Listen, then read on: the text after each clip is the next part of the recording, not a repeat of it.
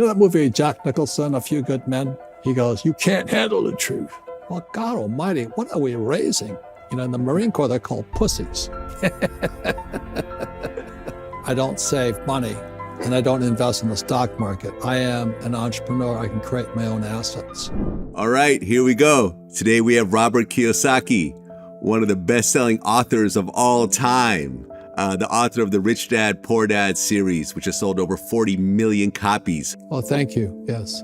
Okay, well, this is your first time here, so I want to get into your whole story.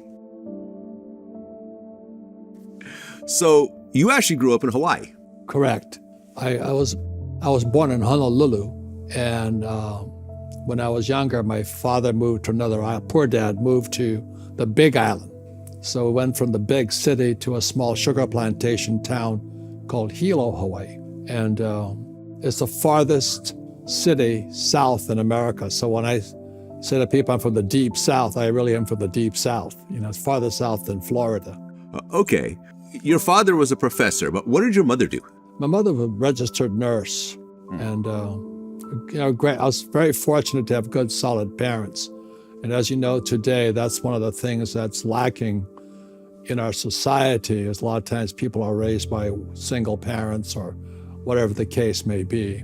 And then they go to school, and I don't know what they're teaching them there, but it's not what, I just don't get what they're teaching. I don't know why they're doing it. So anyway, that's my story. Okay, and your dad was the head of education, the head of the education department of the state of Hawaii. Correct. Okay, and he had a PhD. He went to Stanford, Chicago, and I think Northwestern, right? Well, the absolute truth is my dad never graduated from college. Oh. What happened was he was so smart, poor dad, that he got his bachelor's in 2 years. They gave it to him because he was so far ahead of the thing. And then he went, he became a professor at not Arizona State, but University of Hawaii. And so I grew up in kind of the professor type role, and then he went to Stanford, University of Chicago, Northwestern. But even then, he never got a degree, but they gave him an honorary PhD because he was so smart. And meanwhile, he had me as a son, and I was flunking out of school. So, as they say, the cobbler's kids has no shoes. In this case, superintendent of education sons had no brains. So I flunked out of high school twice. I flunked out when I was 15, and I flunked out when I was 17. And it wasn't that I couldn't study, it's just I didn't like school. And I flunked English because I can't write. And today, I'm a best-selling author. So it just shows you that school is not the be-all, end-all to everybody. You were going to Hilo High School, and you graduated in 65. Yeah. Okay, and then you moved to New York after that? Yeah, even though I had Fs, I got congressional nominations to Naval Academy and Merchant Marine Academy. And when I looked at I got my congressman, Senator Danny Inouye. I had bad grades, but high SATs. So he gave me nominations to Naval Academy and Merchant Marine Academy. And I always wanted to go to Merchant Marine Academy to sail the sea. So when they talk about supply chain today, Merchant Marine Academy at Kings Point versus West Point or Air Force or Coast Guard or Navy or Air Force, Kings Point sent us to sea. So we drove freighters and container ships, tugboats, and I liked oil for some reason. And so I studied oil at Kings Point, New York. And my first job was with Standard Oil of California out of San Francisco. So Kings Point had the distinction back in 65 of being the highest paid graduates in the world. So when I graduated in 69 with a Bachelor of Science degree, starting pay for us was about $120,000 a year. So 69, that was a lot of money. But I had to sail into Vietnam. So if I sailed into Vietnam, I got $120K a year. And also, I had to be a member of the union, the labor union. So the MM&P is called the Masters, Mates, and Pilots. And I didn't want to join the union. So Standard Oil was non-union. And the reason I didn't want to join the union, long story, is in 65, my economics teacher at the academy in New York had us read the Communist Manifesto by Marx. So while everybody was learning about whatever learning economics, he was teaching us about communism. And my economics teacher was a West Point graduate, Army, and he flew B-17s in World War II, and he went down 3 times. So I'm listening to this guy. He's a real stud, you know what I mean? West Point, bomber pilot, went on, got shot down, went to Harvard, came back as economics teacher. And he's talking to me about what it's like to get shot down and get captured. I'm going, holy mackerel, that sounds kind of like fun, you know? So that's a long way of saying it. So I graduated in '69. I don't want to join the union because Marx, as Marx says, workers of the world unite. And poor dad was head of the teachers union, Hawaii State Teachers Association, HSTA. And I didn't want to join the union. So that's why I took a lower paying job at $48,000 a year. And '69 was still pretty good. And I went to sea, but then it got to me. My economics teacher was a great guy. So when I got back, I went back to visit my school, the academy. I sat down and talked to him. I said, what's it like to fly a B-17? What's it like to get shot down? What's it like to be a prisoner of war? And the more he told me how horrible it was, I said, I want to do that. And so in 1969, I quit a relatively high-paying job of $48K a year, only working 7 months a year, got 5 months off. So I joined the U.S. Marine Corps, proving I'm not the brightest guy in the box. I went from making $48,000 a month to $200 a month. No, $48,000 a year to $200 a month. And it was a shock. So I went from this, nice cars, all that stuff, to making $200 a month as a Marine lieutenant. And I go to flight school in Pensacola, Florida. And I go into Vietnam. I went to Camp Pendleton, California. I flew the helicopter gunship because I was going to fly the C-130 400 prop job. And it was the most boring thing. I flew once from Pensacola, Florida to California. I said, this is boring. I said, the good thing the C-130 had a coffee pot in it, because otherwise it'd be sound asleep, So it's a long way of saying it. So I'm sitting there and I got back to Pensacola, I was still a Marine lieutenant. And I say, what's the fastest way to Vietnam? Because my economics teacher at the academy was telling me what it's like to fly and get shot down. And so what's the fastest way to Vietnam? And this is in 1969. He goes, gunships. I said, the helicopter gunship. So why gunships? And he said, because they're getting shot down, you idiot. He says, you guys don't last for very long. He says, it's 30 days. Your life expectancy once you got to Vietnam was 30 days. It turned off most people, but being a Marine and proving I'm not the brightest guy in the world, I said, I want to try that. But again, it was my economics teacher from the academy who told me it was like to fly a B-17 and get shot down. I said, man, that's a life experience I don't want to miss. So anyway, by 1972, I'm flying in Vietnam off a carrier helicopter gunship, and I went down 3 times. And it was the best experience of my life. It's hard to imagine that, but exactly what my economics teacher was telling me. Guy had me read the Communist Manifesto and all that. And the reason it was good, Vlad, is because in Vietnam, I saw communism. I saw it in real life. Exactly what Marx was saying was happening in real life. And the sad thing, Vlad, is that it's now here in America. Academic system are communists. Just like my poor dad was actually a Marxist, because he never read the Communist Manifesto. But he believed in teachers' union. He believed in the abolition of private property. He believed in taxing the rich. All these things Marx proposed. But because most school teachers have never read the Communist Manifesto, we're teaching communism to our kids today.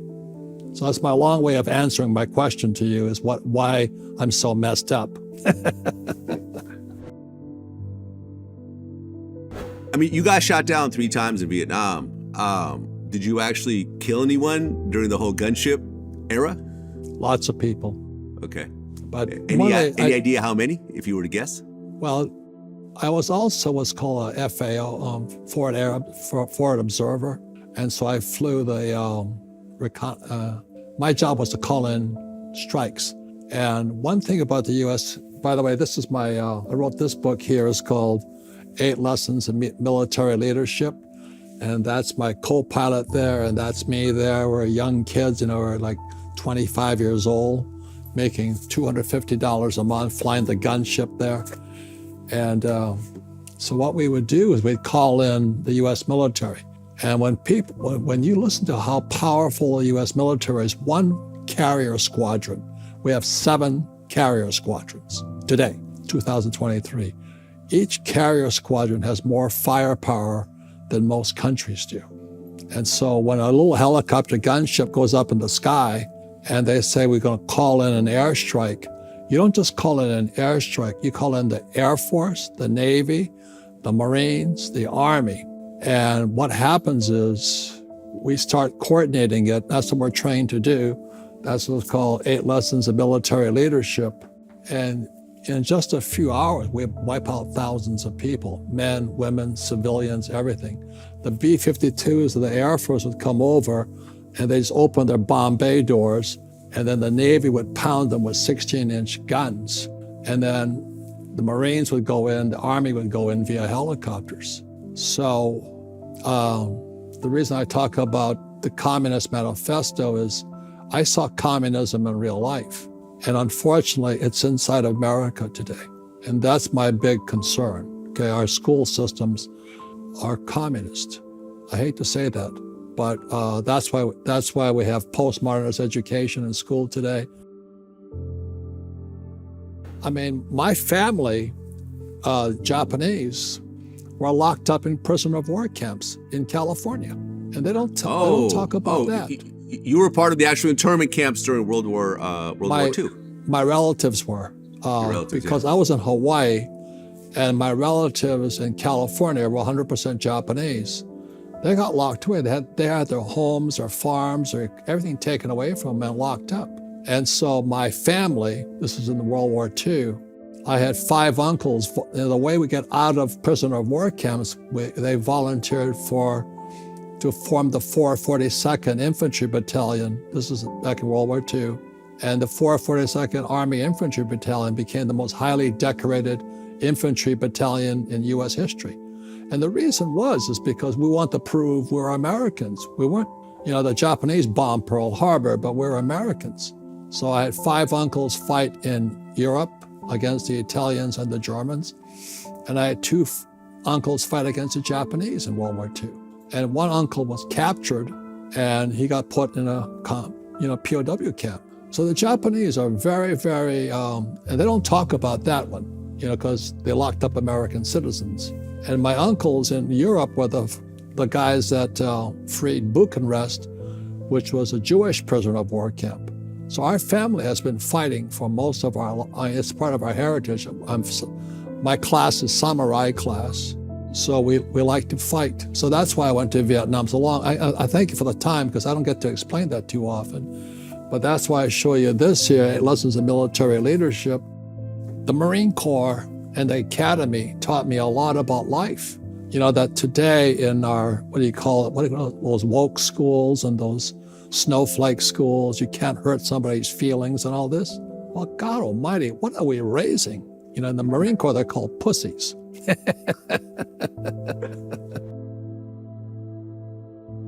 By 1974, you left the military.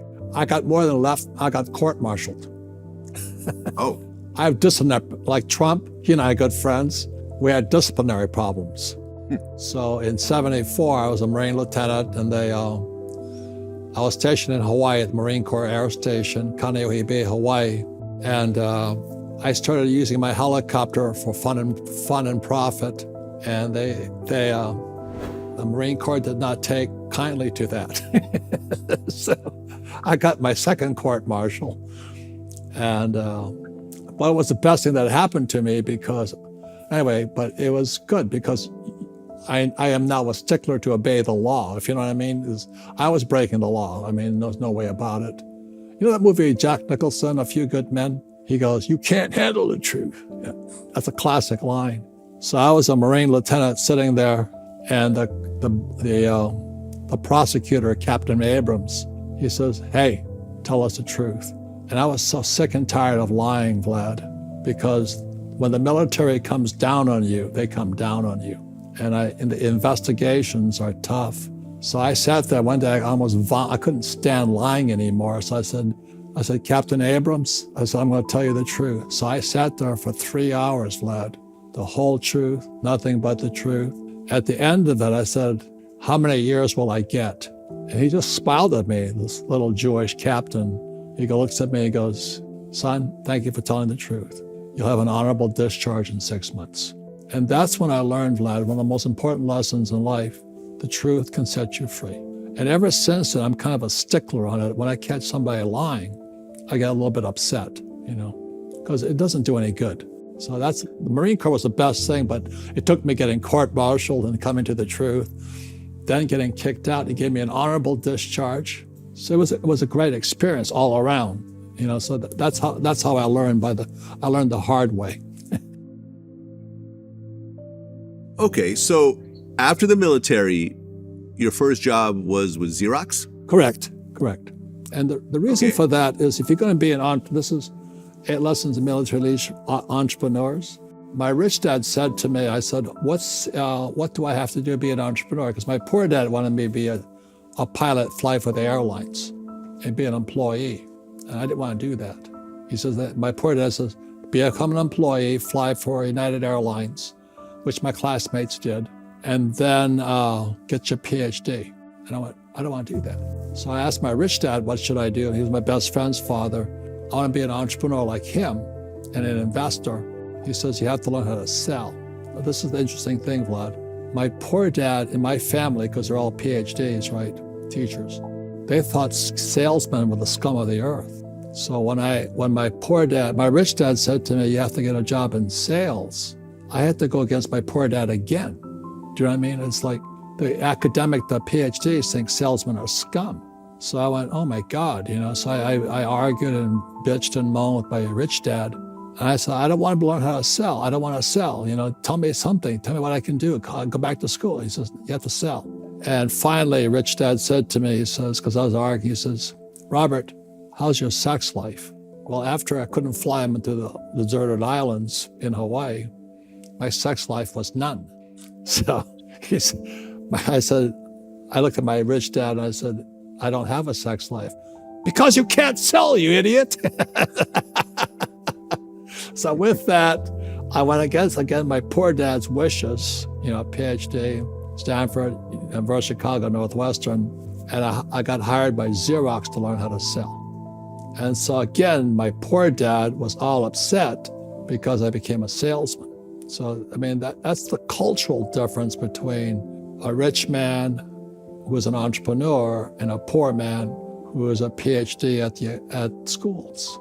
Okay, now, while you're still working at Xerox, you attended something called Erhard Seminars Training, EST? EST. Okay. EST. It was the first New Age seminar I did. You did do your research because I joined kind of the New Ager group. You know what I mean? Mm-hmm. So again, I was crossing all kinds of lines, especially from the Marine Corps. I was joining the hip. One more thing is when I landed at Norton Air Force Base in 73, the hippies were out there, and I got hit by eggs and spit on by the hippies. They were protesting the military. It's called a baby killer and all that. And that's when I realized Marx's Communist Manifesto was coming true. Communist Manifesto said communism would invade America in 2 stages. So stage 1, Communist Manifesto was written in 1848. And in 1930, Columbia University's Teachers College imported communist teachers from Germany. And they started teaching communism at Columbia University's Teachers College in New York. And that was 1930. In the 1960s, when I was at school in New York, that's when the first rioting broke out in school. Then there was Kent State, where they shot the students, and the rioting broke out against the war. So that's when I knew that communism had come to America via our education system, specifically Columbia University. So this whole thing I was watching history in the making. And I saw it for real life in Vietnam. I saw what Marx had written was coming true. So stage one, in my opinion, happened in 1930. Stage two was when a media becomes communist. And I saw stage two when, this is my friend here, Donald Trump. And a lot of people hate the guy, but he's a great guy. You know, I know him personally. And stage two happened of communism when social media took him down on, you know, Twitter and all that stuff. We got censored, Vlad. Do you know what I mean? And censorship is very, very communist. The abolition of free speech. So we're in serious trouble right now when my friend Trump gets taken down by the ultra-rich liberals in Silicon Valley. And I don't care if you don't like the guy, but let him speak. It's the same as what we're doing, right? Let us speak. Well, the Earhart seminars that you attended, some people had some criticisms of it. They called it a cult. They called it mind control. They claimed that they were forming an authoritarian army. I mean, from your point of view, is any of that true? Well, yes, it was called Earhart, you know, but anybody who does something different is criticized. Everybody. I'm sure you have your critics. I have my critics. So Earhart Seminars training was creating such powerful changes in people's lives that naturally got criticized. But I went to listen to it it was 2 days, two days trainings in Honolulu. And I came out of there and that's when I realized I better change me. If I want to change the world, change me. And that was a powerful statement because I could blame the world or I could change me. And it was a very empowering self-awareness 4-day seminar. Got it. Okay, so you're working at Xerox. And then at age 30, back in 77, you decided to start your first company, Right. which was called Rippers. Right. Well, you've done your work. You've done your work. Thank you. Thank you. And these are like the surfer-style nylon Velcro wallets, which I remember as a kid, I used to have. I don't know if it was a Rippers wallet, but those wallets were really popular, you know, during like the late 70s, early 80s. I remember this.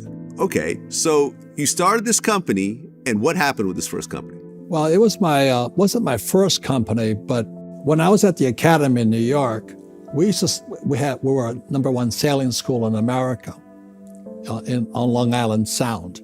So we used to take sails and we'd make wallets out of them, because when we're on the ocean with leather wallets, they would get wet and rot. So in 1977, when I'm now out of the academy, out of the military, and thinking my first venture, I'm still at Xerox, and I figured, what's my first product? And my friends and I said, well, that wallet you carry is kind of interesting. And it was a crude little wallet. So we took that wallet to Korea. We had them make them, and we imported them back to the States. And so that was my first product. We made Runner's World magazine. We made what was other? My mind's getting me, but we were very, very successful. So the wallets were taking off all over the world, and I was out of money. We couldn't supply the demand. You know, it takes a lot of money to buy inventory. So we're out of wallets. And then my CFO at the time, I didn't trust the guy.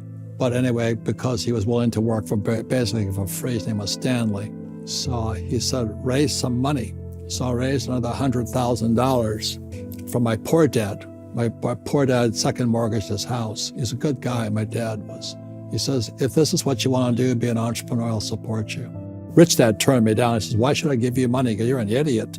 You know, he says, you have a bunch of crooks as partners, which was true. My CFO Stanley and my CEO John. And he says, I'm not going to help you. My poor dad did. So I gave the check to my CFO Stanley. And I said, Stanley, will this solve the problem? And he smiled, yes, it will. And it did solve the problem, his problem. He took that check, cashed it, and paid off his investors. So I was out of money. I saw all my investors, including my poor dad, and we went down. And so that was one of the first lessons kind of I learned about real life is you got to be careful who you do business with. And just because a guy's a CPA and another guy's got his MBA doesn't mean they're honest people. And that's really one of the hardest things I had to learn is a college degree doesn't mean you're honest. As you know that, I know that, but I know that now. And the whole business went down because Stanley ran off with the money. Okay, and you filed for bankruptcy? No, I never did. Oh, you never did? Okay. Got it. But you shut down the whole business after that. Well, we were gone. We were just toast. And it's a lesson, like you just keep learning. So, but the experience was good because I learned a lot. And from there, I just kept stumbling along and went back to real estate, started making my money back there. I paid off my father. It was one of the best lessons I ever had, Vlad. Now, Rich Dad had to declare bankruptcy about 20 years later, and we're a very successful company. It was for the same reason, Vlad. The CFO sued us and took us down. It's really interesting, you know what I mean? It's even though we're successful, it's those guys, the academic guys, the A students, who took us down every single time because they don't know how to make money. This guy one was a CPA and one was an MBA, the CEO, and they're a bunch of crooks. So you look on my records, I don't have a personal bankruptcy, but Rich Dad has a bankruptcy against them because our CFO, again, a CPA, took us down. Okay, so you leave Xerox in 1978 at age 31. Yeah. And then by 1980, you started another company where you were licensing heavy metal rock band t-shirts? Yeah. Okay. And you used the money from this company to start investing in stocks and real estate? I never invest in stocks. I don't trust the stock. I don't trust the stock market. You can. I'm not saying don't do it. I just don't trust them. So I like real estate because I'm the investor. I don't need to trust anybody else. So anyway, the point is on that,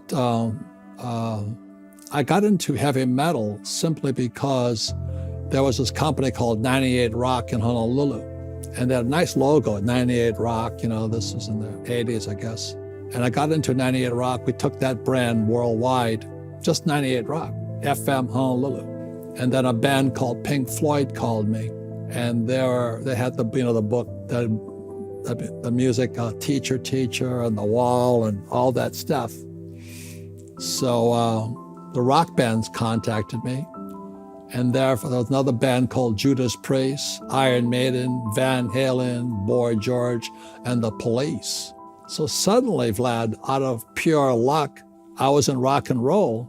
And as they say, sex, drugs, and rock and roll. I loved it, man. I was so much fun. I was selling silk screens. So I got a wallet, and I silk screen The Police on it. I got a hat, silk screen The Police on it, and got all this stuff. And I silk screen Van Halen, Boy George, and all this. Same problem, Vlad. Too much success. We couldn't finance the inventory. So, you know what I mean? Success is not easy. And again, it was another lesson, but thank God I had the lessons before that. And it's just been one big experience to keep learning. Well, then by 1985, the rock t-shirt company went under as well. And you're 39 years old at this point. No, it didn't really go under. I just got kind of tired of it. Okay. And what I was starting to do was teach at that time. And I found out I met a guy named R. Buckminster Fuller, guy that invented the geodesic dome and all that. And so all through my life, I studied Bucky Fuller, and he got to me. One day I was teaching, I was with him at a seminar outside of Reno, Nevada. And he asked the question, he says, what does God want you to do? I'm not really religious, I'm not pitching anything here. He says, all of us are born with a purpose in life. He says, what does God want you to do? And he got to me, if you know what I mean. And I said, well, we don't teach money at school, and I think I do understand about money now. And with that point, I started to teach entrepreneurship for free in Hawaii. And the more I did that, the more I found out, Vlad, magic happened. Because I wasn't doing it for me this time. I was doing it for what Fuller called the universe, to give back your gift. And so that teaching in Hawaii wound up to be Rich Dad, Poor Dad. I just told the story of two dads, and that became what I'm supposed to do.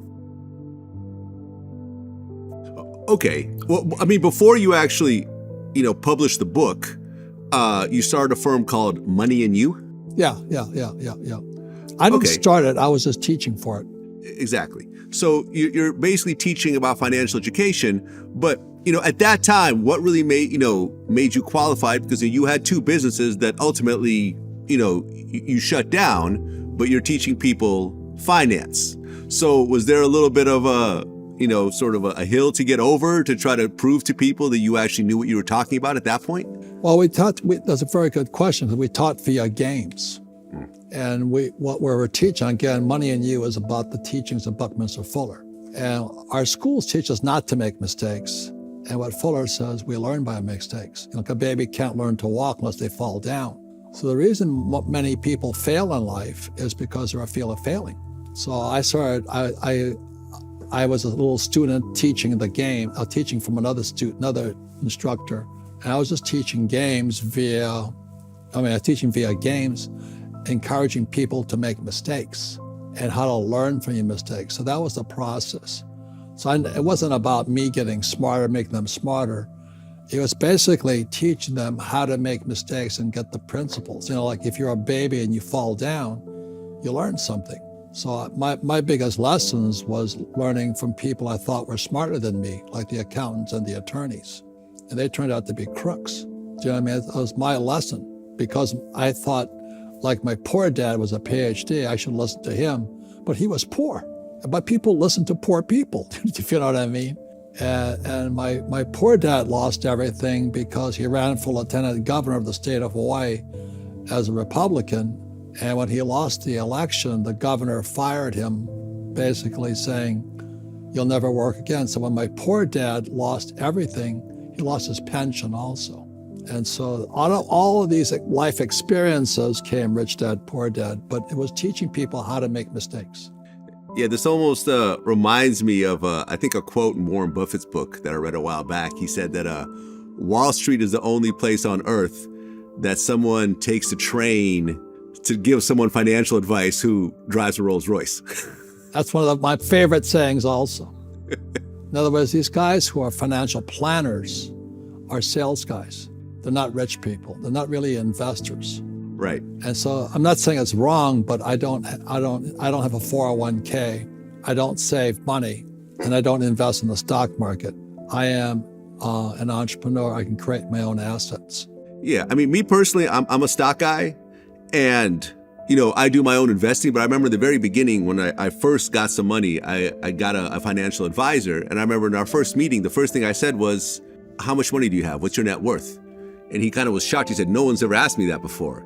And I'm like, "No one's asked you that before. Why would I invest my money with someone who has less money than me? That doesn't make any sense." And, ultimately I ended up leaving after a few months and just ended up doing my own investing myself. I own real estate as well, the house I live in, but, most of my wealth was in the stock market. But, it's almost like everyone has their own preference. Me and Grant Cardone have had a lot of interviews about this and so forth, and we have our debates. But ultimately, as long as you're investing in something, you're going to end up okay at the end. That's how I look at it. Yeah, that's what I'm saying. We learn by life experience, we learn by mistakes, we learn from bad teachers and good teachers. And the reason I like real estate is I kind of have to do it on my own. I'm not buying there's a thing called REIT, Real Estate Investment Trust. Right. So you can invest in real estate via paper, which is REITs. You can invest in gold via, GLD. GLD, right. An ETF, or an SLV, which is silver. I don't touch any of that stuff. I own my own gold mines. I own my own silver mines. I took one of my gold mines public last summer, 2022. On the New York Stock Exchange. It's the richest gold mine in America. Vlad, you know how many stupid mistakes I had to make to get there? I bet. Again, that's what we were teaching, that mistakes are how we learn. But our schools punish if you make mistakes. Well, you're doing these seminars, and at age 46, in 1993, you wrote your first book, which was, "If you want to be rich and happy, don't go to school." Correct. Now, this was before Rich Dad, Poor Dad. When you put out this book, was it successful at all, or no? Yeah, it became a bestseller. Oh, really? Yeah. No, but this is it, Vlad. It goes back to my decision to become a salesman. As my rich dad said to me, if you can't sell, you won't get laid. Well, if you can't sell, you shouldn't be an author, because I'm a best-selling author, and all the academic types like the New York Times and the book companies and all this, they attack me. They say, you're not a good writer. I said, well, that's why I flunked out of high school, because I can't write. But it's not that I couldn't write, Vlad. The teacher did not like what I was writing. There's a difference. So I went, this is the story, you want to be rich and happy, don't go to school. Simon & Schuster called me. And I went to New York and I sat down with Simon & Schuster, and the head guy sat down there and says, this book, if you want to be rich and happy, don't go to school, it's a pretty good book. I could take it now. But this guy looked at me straight in the eye and says, you haven't told me what you know. And I sat down, I looked at this guy, I said, what do you mean I haven't told you about it? He says, I know you know something. What do you know? This guy was like psychic or something. And I went back home, I said, what do I know? He says, when you write the book of what you know, you'll have an international bestseller. Because Rich Dad, if you want to be rich and happy, don't go to school, was pretty good. It wasn't a mega bestseller, but it was making its way through the rounds because I could sell it. And so finally I sat there and I was doing a real estate development in Arizona. And at night I would sit out in my little house and I was typing my new book out, and all of a sudden I'm typing this new book and it goes, what do I know? What do I know? And all of a sudden it came out, I had a rich dad and I had a poor dad. And that was the start of Rich Dad, Poor Dad. Okay, so Rich Dad, Poor Dad came out in 1997. You were 50 years old at the time. And like we had referenced throughout this interview, this was based on your biological father, who was the, quote, poor dad, and a friend of yours, your best friend's father, who was an entrepreneur, who was the rich dad. Now, when I did my research and so forth, a lot of people question whether this person actually existed, the rich dad. Right. Because there's lots of references to him. I watched some interviews. You said that he owned a ton of land in Hawaii. I guess the land that they built the Hilton on in Honolulu and so forth. So did that person actually exist, or is this just a concept you came up with for the book? No, I mean, I told you the story. I got court-martialed for lying. This is in 73 or 4. And so there really did exist a rich dad and a poor dad. Okay. And I went to ask my rich dad, I said, would you mind speaking out for me? And the family said no. And I want you to know something, Vlad. The rich don't tell people what they know. You know how many times I've met, one of my best friends just sold his business for $2 billion. He and I started at Xerox together, by the way. And I asked him if he'd come and speak at my company. He says, no, they don't want to tell people what they do. So there is a rich dad. When I asked him if he would help me, he says, no. So that's what really happened. And so I wrote Rich Dad, Poor Dad, and then Oprah called, then Trump called. And I don't know if you know if Trump is a real guy or not, but he's pretty real. And he says, what you write is absolutely the truth. So there's a lot of people will say Rich Dad doesn't exist. So be it. So be it. Yeah. Oprah loved it and Trump loved it. Well, like I said, I read through the book, but before the interview, I went through and kind of reviewed it and so forth about some of the concepts. I think one of the most important concepts in the book is that the rich dad feels that wealth is measured in time, whereas the poor dad feels that wealth is measured in money. Can you explain that? That's a very, Vlad, you really have done your research, man. I'm proud of you. See, a lot of people want to get rich. And that was my poor dad. So I'll make a lot more money. So he got a high-paying job, and he kept going back to school, so he get a more high pay. And my rich dad says, no, wealth is measured in time. So if you quit your job, how long can you survive? So the average person, I don't know what the averages are anymore, but the average American cannot survive more than a month before their savings or the bill collectors drag them off to jail or something. So a lot of Americans make a lot of money, but they have no time on their money. They cannot survive. So it's a very important question. I mean, it's probably, Vlad, one of the most important questions you can ask, that we should ask the people listening. If you lost your job, let's say you're married, husband and wife and all this stuff, and you lost your income, how long would you survive? And that's wealth. And so that's why today, my wealth will go on for generations. because I have real assets. I thank you for that question, Vlad. It's probably the most important question you could ask me. Wealth is measured in time, rich is measured in money. Yeah, one of the best definitions I've ever heard of the term rich is the ability to maintain your current lifestyle for the estimated rest of your life without having any new income. That's pretty accurate. If you're used to living in a mansion and you have a Ferrari and you can maintain that for the next 30, 40, 50 years without any new money coming in, you're rich. If, losing your job, you suddenly have to move into an apartment and go get a Honda Civic, then it doesn't matter how many things you have at the time, you're not really rich. Correct. Yep. And the thing is one more thing that Rich Dad added to it is if you lose your job and you stop working, how long will you survive? Because you don't have to lose your job. Saying, if you stop working, how long would you survive? Mm-hmm. And for most people, it's the next paycheck. Yeah. They're gone. So they might make a lot of money, but they won't survive. So that they have money, but they're not wealthy. Wealth is measured in time. So if I stop today, my wealth will go on for probably 100-something years. But I'm putting all that, my wife and I putting all back in charities. It's what's called a CRT, Charitable Remainder Trust. So our wealth can go on for generations.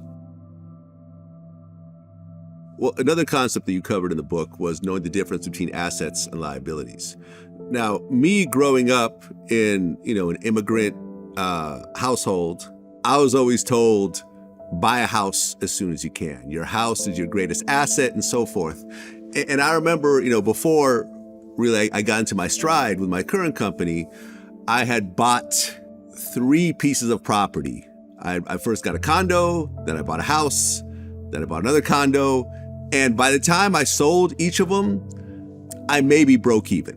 And I was always wondering, what am I doing wrong here? But did I just buy the wrong place and so forth? And it wasn't until Grant Cardone, we did an interview together where he explained to me that a single family house is not really an asset. It's really a liability. It's only until you get into like 6, 7, 8 unit apartments that really you start having real assets and real businesses and so forth. And it was like, oh, like a light bulb went up, over my head. I rented for many, many years. I just bought a house last year, but I know it's not really an asset or really an investment. It was just something I did to reward myself for all the hard work, in a place where my family could be raised. But it's not really an asset. And you talk about that, how most times your house is a liability. Oh, absolutely. Well, it's not the house, it's anything. The magical, and Grant, he and I have gone head to head with each other. So just to know that. So I don't have much, I don't put much worth in his words. And you can buy apartment houses, but you don't have to buy an apartment house. The reason he says that is because he wants to sell you an apartment house. So I know his MO, and I've gone round and round with him on this one. An asset is very simply something that puts money in your pocket. So think about this. So when people, they make some money to buy a house, but if they stop working, that house starts taking money from their pocket. So it's not an asset. You buy a nice car, the car keeps taking money from your pocket. So it's a liability. You have 3 kids, they're definitely liabilities. Do you know what I mean? So it's nothing to do with apartment houses. And so I think he's he got that idea from me, I know that. So anyway, it's more than that. So anyway, so I write a book and I get paid probably several $100,000 a month from my Rich Dad, Poor Dad. My book is an asset. Does that make sense to you? Yeah. So if I buy a car and I lease it to an Uber driver, it could be an asset. It depends on the cash flow. So it all depends on the financial statement, income, expense, all that stuff. So it's not anything to do with apartment houses. He's trying to sell you an apartment house. I don't recommend it. Well, I think what he meant was if you have a number of units and people are paying rent, I understand. And you actually have a cash flow based on that, which is probably higher than what you put into it, and that's what he means by an asset in terms of the cash flow of it. Vlad, I look, he's a smart boy, he's a good salesman. He and I have gone at it because it doesn't have to be an apartment house. He sells apartment houses. He wants to put you in his deals. So to me, that's kind of a promotion, if you know what I mean. Look, it could be as simple as writing a book, or you could buy a stock, or you could buy a bond. Let's say the bond is paying you 5%. I don't trust bonds either, but that's the difference. It's all what your cash flow is. So if you have cash coming in, more cash coming in from the bond, let's say, than cash went out, it's an asset. Yeah. It's that simple. My YouTube channel is an asset. Yes. It continues to make money every day while I'm sleeping. It will continue to make money for many years. This interview, Yes. people will watch it probably after you and I are gone, and so forth. Yes. And that is my got most important asset simple. in my business. Yeah, it's that simple. Exactly. It doesn't have to be an apartment house. And another thing that you mentioned in the book, which really struck me, was find a reason, meaning that when you start your business, you have to have an overall reason in terms of why you're doing it. Is that a correct explanation of it? Again, it's the number one thing I learned in the military school, the academy. What's your mission in life? If it's just to make money, why don't you just go be a hooker or something, sell drugs? But I really sincerely, naively maybe, I believe you have a mission, I have a mission, everybody listening has a mission. What does God want you to do? So that's what I'm saying is when I met Buckminster Fuller, his question is, what does God want you to do? And the reason a lot of people don't do it is because they don't know how to make money at it. Does that make sense to you? So they just keep working for somebody, or they keep doing what they do, or but they don't ask themselves, what does God want you to do? So when I met Fuller, I said, I think I should teach money. And that was kind of I didn't start doing it immediately, but that's when I started to teach and all this stuff. I started practicing. And a lot of times I worked for free for years, just trying to figure it out. But that's what they teach in the Marine Corps. Your mission is more important than the money. So, and that's when I said, oh my God, that's what my rich dad taught me, asset versus liability. Your house is not an asset. But I didn't know it wasn't so obvious to me at the time. Yeah, the mission is more important than the money. I think that's just a great statement, because when you have that in mind, you don't try to grab every dollar out Correct. there, because there's going to be so many opportunities for you to make a little bit of money here, a little bit of money there. You might have to bend your morals and so forth. But if you have an overall mission of what you're doing, then you're focused on the big picture, and you let all the little money, opportunities go to focus on what it is, like your main mission is. And everyone I know that's successful has that exact same methodology. Yeah, and the trouble with, if you do a mission and you cheat, lie, and steal, like a lot of my CFOs and CEOs did, they didn't get my mission. Their mission was to take my money. And so I think, Vlad, I think you right now are operating pretty close to your mission. I don't know, because not God. But if things are working well for you, you're probably, even when things are bad, you're still on your mission, you know what I mean? But the question is, what does God want done? That's the question. Yeah.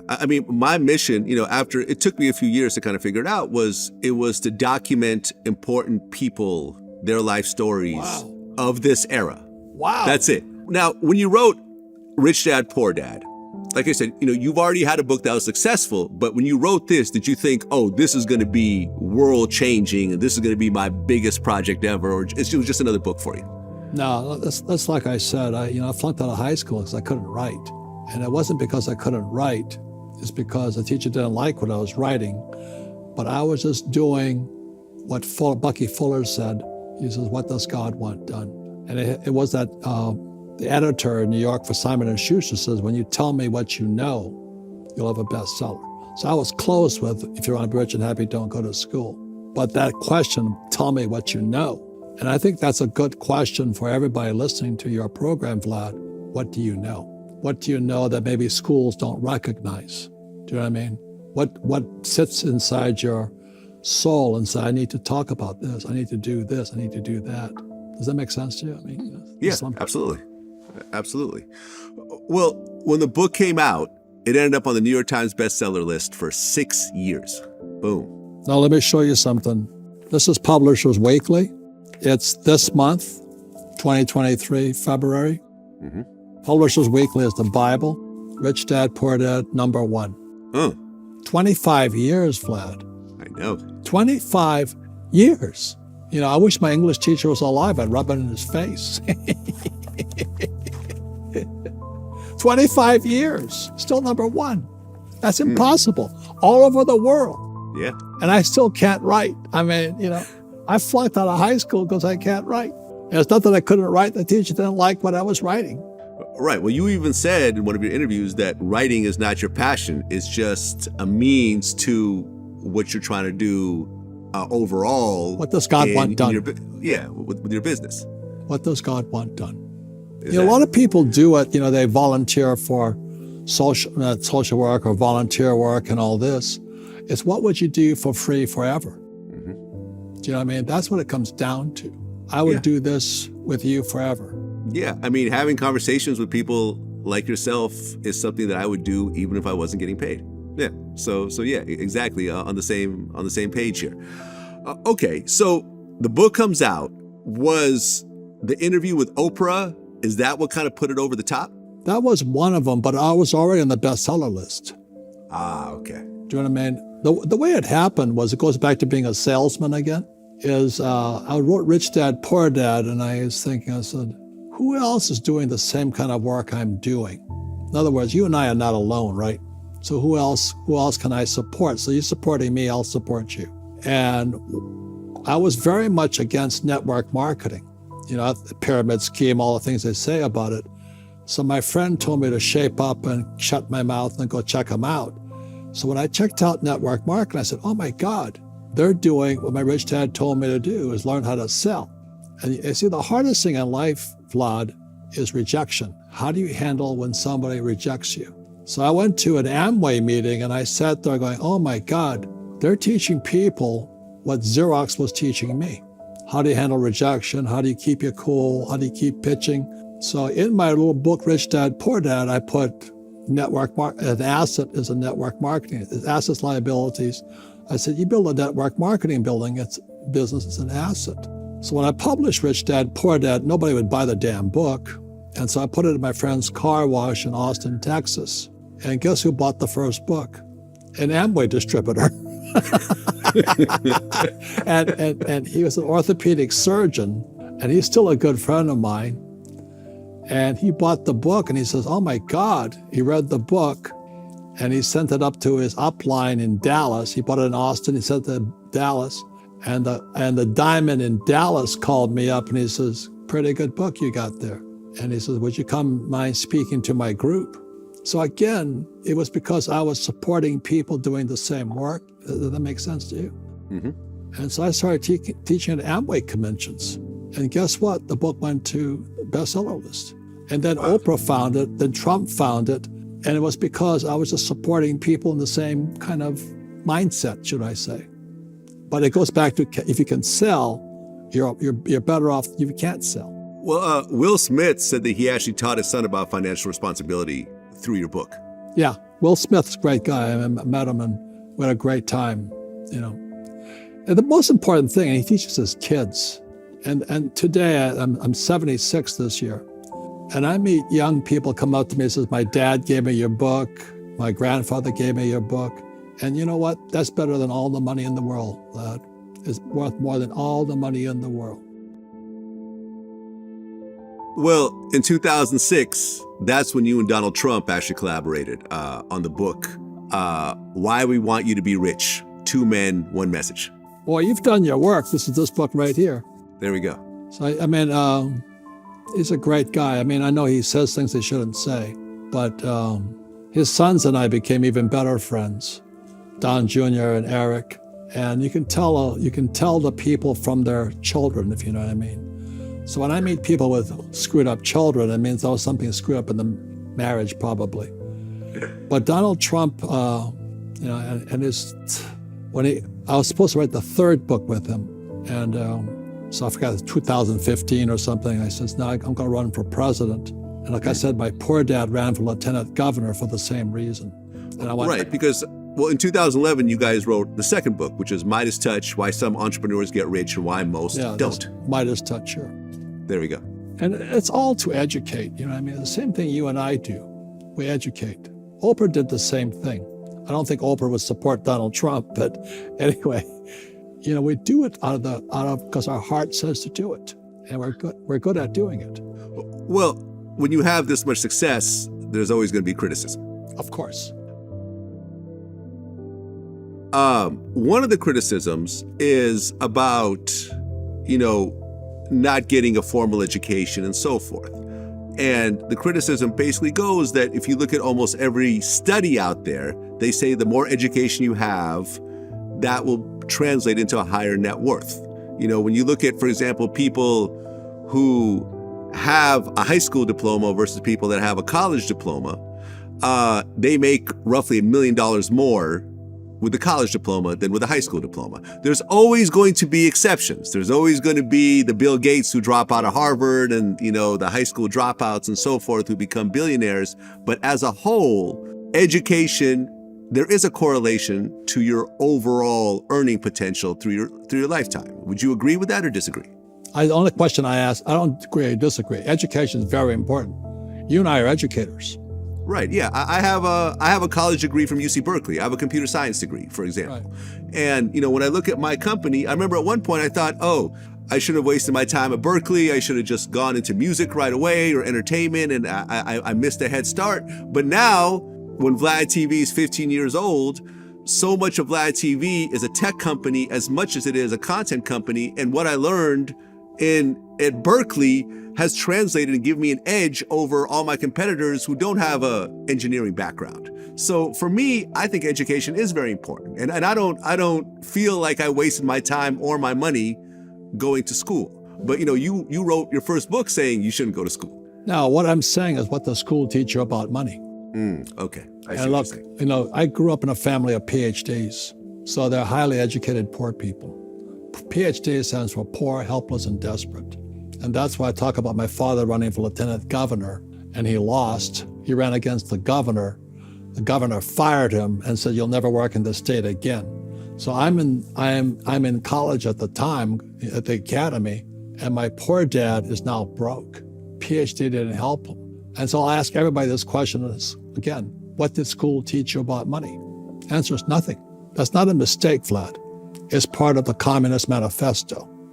And that's why I said earlier, if you read Marx's book, the Communist Manifesto, it's only 50 pages.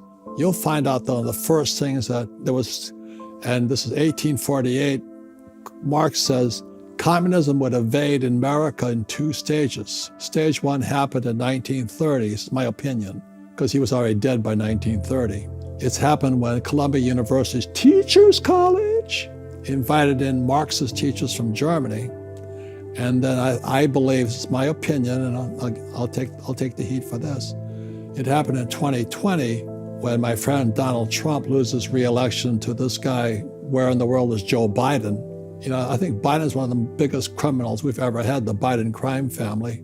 And I don't say I'm not talking about what he says, what is he doing? And that's why I said to you, is my background is oil. I have a tanker's officer's degree from Kings Point. I understand oil. So 2020, the moment he got elected, the first thing Biden did was cut down the Keystone XL pipeline, which sent oil price. I was selling oil. I sell oil. I own oil wells. It's a good investment. So I was selling oil in 2020 at $30 a barrel. It went to $130 a barrel within a week. And immediately I knew what he was doing. He was crushing the middle class. They need to wipe out the middle class, Vlad. And that's what Marx said also. So when the middle class is toast, all you have is 2 classes of people, rich and poor. And our civilizations run on oil. Could you imagine if you didn't have electricity or this and all that? Energy is what drives our civilization. And the first thing that son of a bitch Biden did was cut off our oil. And then guess what? He cuts us out of Afghanistan. And when that happened, Saudi Arabia, just look at the facts, not what the guy is saying. When Afghanistan, he pulled us out of Afghanistan, so many people got wiped out. We left $9 billion there or something. And immediately Saudi Arabia, guess who they joined? They joined Russia. So now our price of oil going is up. And then Biden tries to buy oil from Venezuela. Watch what he does, not what he says. So, but oil is through the roof because of the because he's a Green New Deal guy, it's killing our middle class, Vlad. Inflation is going through the roof, and it's going to kill people. I don't know how people survive today. I was at Safeway the other night, and I was going, holy mackerel. I mean, I have sticker shock, and I have a lot of money. You know what I mean? So just watch what Biden does, not what he says. That's what I'm upset about. You had touched on this earlier in our interview, but in 2012, Rich Global LLC ended up filing for bankruptcy, and you guys were ordered to pay $24 million to the Learning Annex. Can you talk about what happened there? I'd really rather not. Okay, Fair enough. What we're talking about, it was just a political move. Bankruptcy is a way of getting out of a bad situation, but everybody thinks of it as terrible. It's just a strategic move. So if you want to know about it, call my fucking attorneys. Okay? Fair enough. Well, based on research I did, at one point you owned 6,500 pieces of property, or is it more than that? More than that. Can you say how many you actually owned? It's about 12,000. 12, look, when I was 10 years old, my rich dad played Monopoly with me. And we all know the formula, 4 greenhouses, 1031 tax-deferred exchange. So today I own about 12,000 rental units, but that's not the story. The real story is, how did I acquire those property? I used debt, and that's what they don't teach you in school. You see, the more debt I use, the more property I own, the less tax I pay. And if you think paying taxes is legal, tax is a Marxist idea. Please, I hate this. And people say, well, you should pay taxes. No, we shouldn't. What Marx says is that a progressive and oppressive income tax is essential for the spread of Marxism, communism. That was in 1848. America was founded, let's look at the facts. This is what pisses me off about academic types. The facts are America was founded as a tax-free nation. It was called the Boston Tea Party. I think it was 1773. And we were tax-free for all of these years until 1913, when the Fed was created. In 1913, the Fed was created. The same year, guess what else was created? The IRS, Amendment 16. And ever since then, we're paying taxes. So guys like me pay no taxes legally, but the more harder you work, the more money you make, the higher taxes you pay. If that's not communism, what is? And I think it's an American duty not to pay our taxes, because if you read the Communist Manifesto, you'd understand why. Well, in one of your YouTube videos, you actually said that you're currently $600 million in debt. No? 1.2 billion. 1.2 billion. Okay. There we go. You're 1.2 billion in debt. Now, I looked you up, and of course the internet never gets this part right, but it said that you have $100 million net worth, which seems very low. How would they know? Yeah, I know. I don't know. I would assume when you're talking about 12,000 rental units and the publishing empire and all the seminars and everything, that number seems extremely low. Have you ever actually sat, and you don't have to tell me the number, but have you ever actually sat down and figured out your overall net worth? No, I never have, but I tell you what, again, I measure in my wealth. If I stop working, how much money comes in? Well, I've stopped working a long time ago. Yeah. And the money keeps increasing. And the reason I talk about debt is because in 1971, when I was in Vietnam, Nixon took the dollar off the gold standard. Right. They don't tell you that, and the money became debt. And so then these communist school teachers tell you to get out of debt, like what's his name, Dave Ramsey and all that, live debt free. And that's good advice for the average person, because debt will kill you. But debt is money today. And so when I acquire an asset, I use debt. So what happens, I make money in my business, book sales. At that point, let's say I make $1 million in books. What I have to borrow is like 10 million in debt to buy a property. And because I borrowed the 10 million, I buy a property. And let's say the property is I buy 10 million, it's now $100 million. And all this stuff is the magic called financing. I pay no taxes. Mm-hmm. So the more debt I have and the more property I buy, the less tax I pay. It's called appreciation, depreciation, amortization. If you studied accounting, that's what you would learn. But most of these academic types live debt-free, and they own a house they call an asset, and they drive their Lexus or their Toyota, and they wonder, what's wrong with me? But they never studied money in school. How much, if you, not counting the gold mines and everything else like that, how much actual gold have you ever accumulated at one time? Have you ever actually, if you put it all in one place? Well, I'll tell you what, it's not in one place. No, I mean, Vlad, you're getting in. I love you, man. What you're saying is so accurate.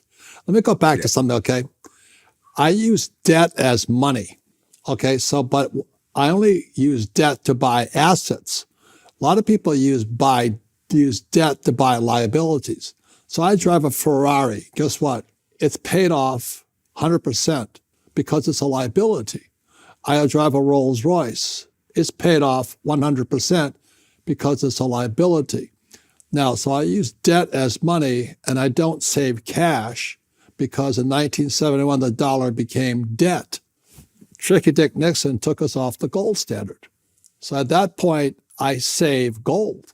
So all the money I make, if I buy something with debt, so that's $1.2 billion in debt, because if I go bust, the bank goes bust. Not my problem, you know what I mean? And all the cash I make is I convert to silver and gold. And pretty soon it got to be a big problem, which is why I own Bitcoin also, because I just don't trust the frickin' dollar. I don't trust the Fed. I don't trust the Treasury. And I don't trust Biden. Do you know what I mean? I just don't trust those guys. You want to trust them? Knock yourself out. But anyway, so I save gold and silver. Then it got to be a problem because over these, since 1971, 73, I've been buying gold and silver, and it gets to be a problem.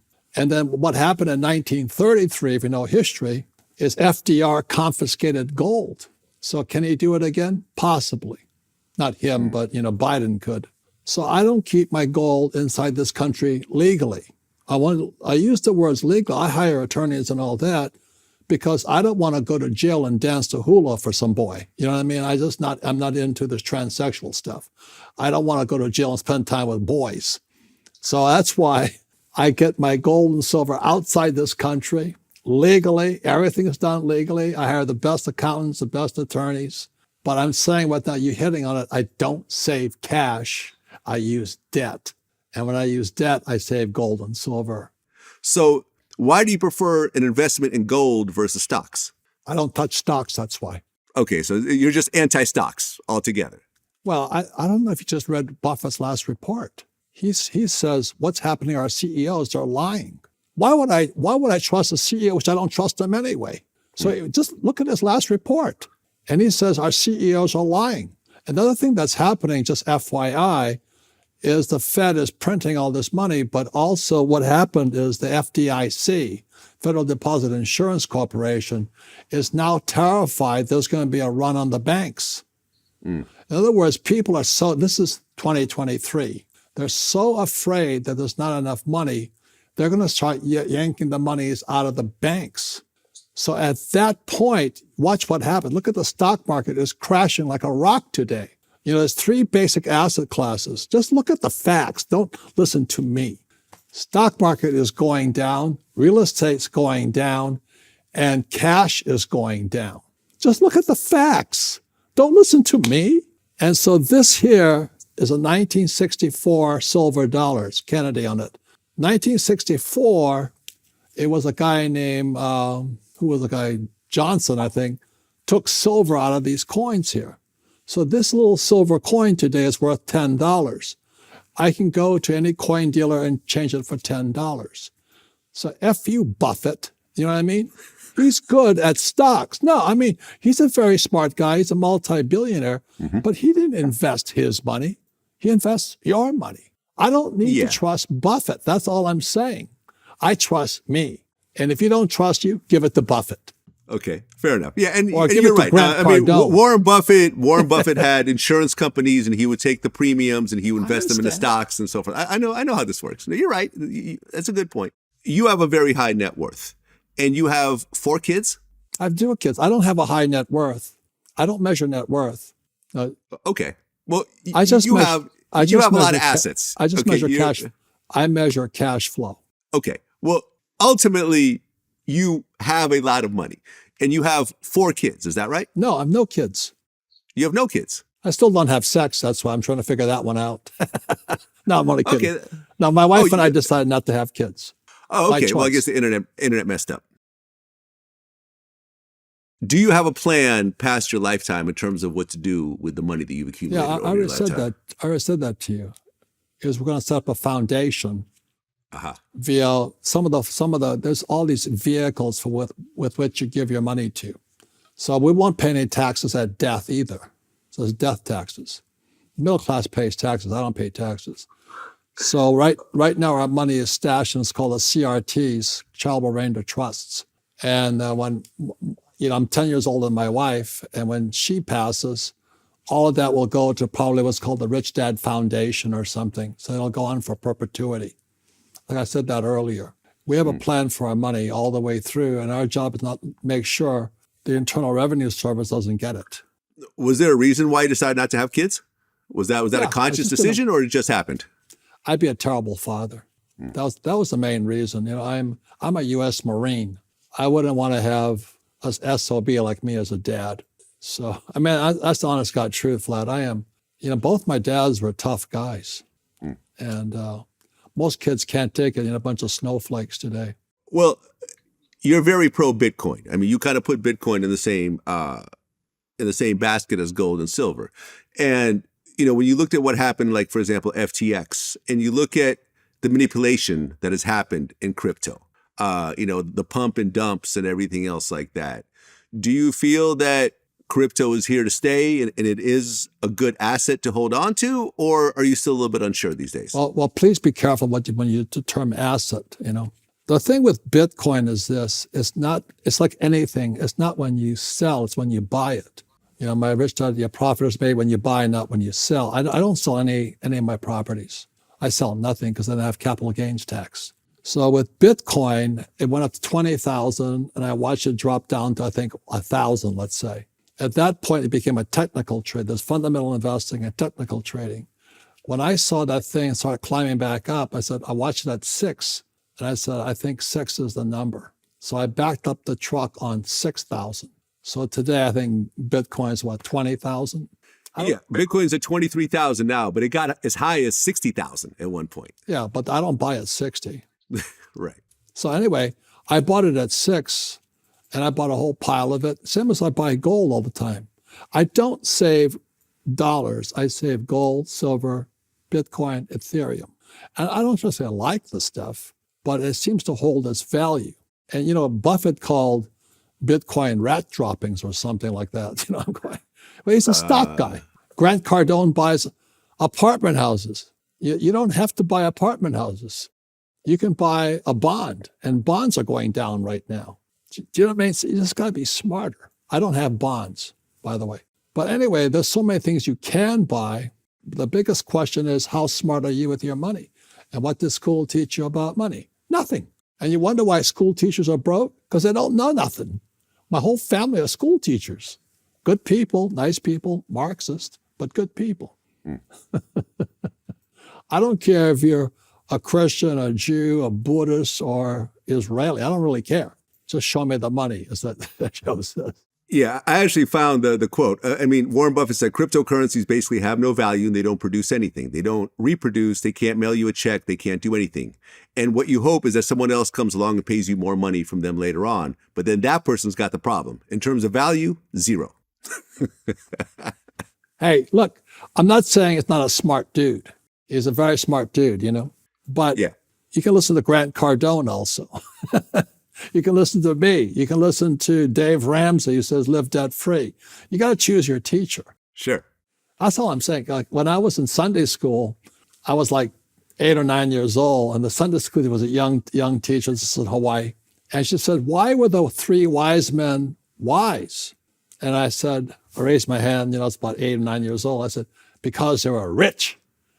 And she goes, "Why do you say that?" Because in church, love of money is the root of all evil. So she said, "Why do they say they're rich?" I said, "Because they're rich." And she goes, "Why?" So they had gold, frankincense, and myrrh. You got to be rich to have that stuff. And she shakes her head because this violates every one of her Christian values about the love of money is the root of all evil, right? She says, no, they weren't. That wasn't why they were. That's why they weren't wise. I said, so tell me why. So one of the most valuable lessons my little Sunday school teacher taught me. She says, because they always sought the best teacher. And for them, it was Christ. For many of my family, it's Buddha. For the Muslims, it's Abraham.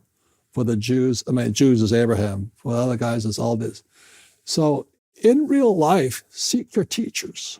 If you listen to a school teacher about money, I'll pray for you tonight. Right. You know what I'm saying? Yeah. You want to listen to Warren Buffett? Listen to him. Yeah.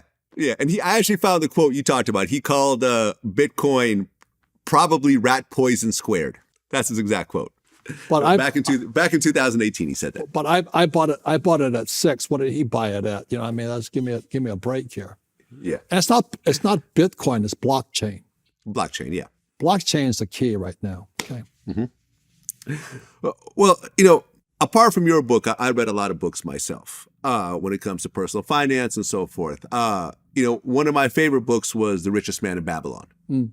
Are there any books out there, apart from yours, of course, that you really admire and have really changed your life? That's a very good question because, again, I read those books and I didn't get much from it. I was a student of Buckminster Fuller. And he's the guy, my poor dad liked Fuller. And Fuller talked about mathematics. He says, how dare we lie to our kids? He says, our mathematical system is fake. And he says, there's no such thing as squares in the universe. And our whole mathematical system is based on square rooting and all that stuff. Squares don't exist. So I'm listening to this, and my poor dad was an academic type, said, this guy's Fuller's on it. He said, our math is ironic. And he was teaching math, poor dad was. And our system is really based on triangles, which was, anyway, so when I started studying with Fuller, I was young, I didn't know what he was talking about. So I hitchhiked from New York when I was going to school in 1967. And I went to Montreal, Expo 67 in Canada. And Fuller had built the geodesic dome, which was a U.S. pavilion at the World's Fair in Montreal, Canada. I'm riding through this geodesic dome going, oh my God. So then what happened is after I got older and all this, Fuller was doing a seminar at in Lake, outside of Lake Tahoe. And it was called The Future of Business. I went to listen to this guy. And holy mackerel, he blew my mind away. Again, the question is, Vlad, what does God want you to do? I started to listen to this guy. And ever since then, I kind of choose my own path, should I say. And so you got to find your teacher. So the book that Fuller wrote after he passed away was called The Grunch of Giants. Grunch stands for Gross Universal Cash Heist by R. Buckminster Fuller. And Grunch stands for Gross Universal Cash Heist. It's how our wealth is stolen via our monetary system, our school system, and investment systems. And I went, that's exactly what my rich dad was saying. So Vlad, Fuller and Rich Dad are about as polar opposite as you can get, but they said the same thing about money. So ever since then, I decided to do my own thinking. And that's why Buffett, no doubt he's a billionaire and all that. You and I cannot start insurance companies. I doubt we could. And Grant Cardone wants you to buy apartment houses with no money. So, I'm going, and Dave Ramsey wants you to live debt free. And I'm saying, just invest in your brain. Think for yourself.